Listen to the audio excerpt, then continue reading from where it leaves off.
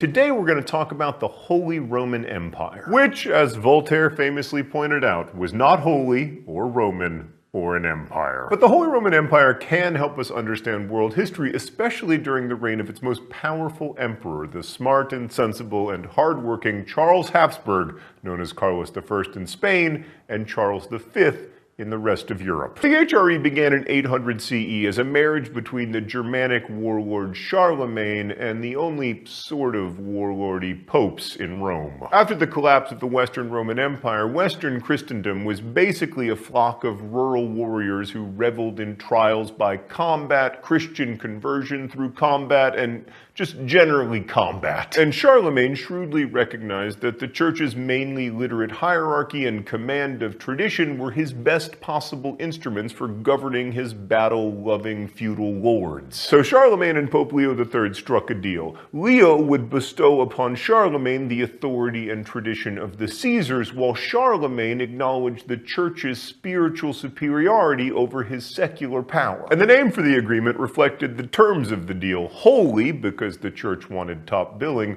Roman, to give Charlemagne maximum prestige among his feudal subjects; and empire, because they wanted it to be an empire. The relationship between the popes and the emperors grew a bit rocky over time. In the centuries after Charlemagne, one European warrior clan, the House of Habsburg, fought to claim the emperor's throne and to establish dominance over the papacy. And one of the tactics used by the Habsburgs was to promote dynastic marriages between Habsburg cousins, thus keeping inheritances within the family and out of the hands of the church. This Habsburg inbreeding worked politically, but over the centuries it brought out recessive family genes for mental illness, and most famously these oversized lower jaws that became Europe's most recognizable profile. In short, inbreeding, great way to keep money in the family, maybe not the best way to keep A++ kings in the family. The papacy fought back, and in 1356 the position of Holy Roman Emperor was turned into an elected position. Candidates for the crown henceforth needed to win support from at least 4 of 7 electors. Now, this didn't prevent the Habsburgs from reclaiming the throne, but it did force the family to pay fortunes in bribes and favors to win it, because, as always, money wins elections. Charles was no exception, and the bribes he paid to secure his position as emperor in 1521 meant that he started off his rule in debt,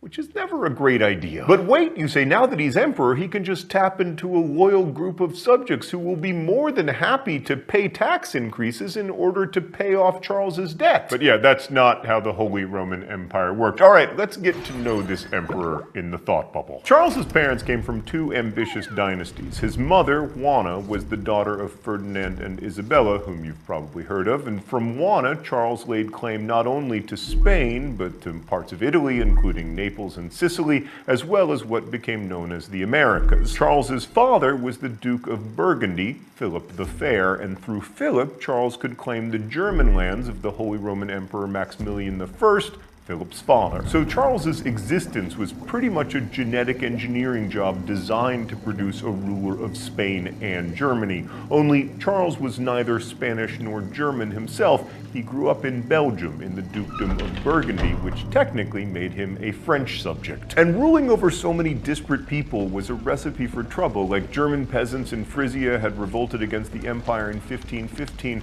but they weren't nearly as troublesome as the Germans living in towns. By the time Charles bought his throne in 1521, German merchants had come to think of themselves as being guaranteed the rights to speak in a parliament, to have a say in their taxes, and even to form their own militias. Protestantism was also a big headache for Charles, especially when Luther and his followers claimed that they followed their conscience in matters of religion rather than the emperor's will. Charles thought that he solved this problem when he faced Luther at the Diet of Worms in 1523, but that didn't work out quite as planned. Thanks, Thought Bubble. So at the Diet of Worms, Luther was so compelling when talking about his faith that he became more popular, not less. And shortly thereafter, he began his famous German translation of the Bible. So obviously, governing most of Europe was just a tremendous difficulty for Charles V, but he also had to be the ruler of all of the Americas except for Brazil. So far, Charles isn't looking so good in this story, so it might be useful to compare his record to those of his contemporaries who, in theory, ruled more coherent and governable states. And it just so happens that Charles reigned at the same time as two of Europe's most notable proto-nationalistic leaders, England's Henry VIII and France's Francis I of France. The bitterest rivalry was between Francis and Charles because Francis believed that Charles, as the Duke of Burgundy, which is in France, was his subject. Charles, meanwhile, knew that Francis had attempted to win the title of Holy Roman Emperor himself and had warned the electors that Charles was an unfit and despotic man. If we could just stop for a moment, why on earth would anyone fight to become the Holy Roman Emperor? The two monarchs fought 4 separate wars against each other, and according to proponents of nationalism, Francis should have had the advantage, right? Because he had unchallenged power of taxation in France, and a religious class that was loyal to him, and a population, or at least an elite, that all spoke French. But Charles's troops won every war. Not only that, in the course of the wars, Charles's troops managed to take Francis himself hostage at the siege of Pavia and sack Rome in 1527, ending the Pope's hope of becoming a real player in secular politics, and according to some scholars, ending the Italian Renaissance. Charles also fought a war against Suleiman and the Ottomans, defeating them at Vienna, although he wasn't able to stop Suleiman from consolidating his control over the formerly Habsburg territory of Hungary. The one concrete lesson that we can take away from the history of Charles V is the benefits of acknowledging the limits of one's power. Charles never did. His imperial motto was plus ultra, and that means further beyond, but it could also mean limitless. Charles sought to fuse Atlantic and Central Europe into a seamless whole on a scale the size of today's European Union. He tried to stamp out the Protestant Reformation and make his response, the Catholic Counter-Reformation, global. He tried to create new policies in the New World while still defending old policies in the Old World. And by trying to be the most powerful emperor in the most powerful empire in the history of the world, he failed spectacularly. There's a lesson in that for all empires and all nation states and even all people.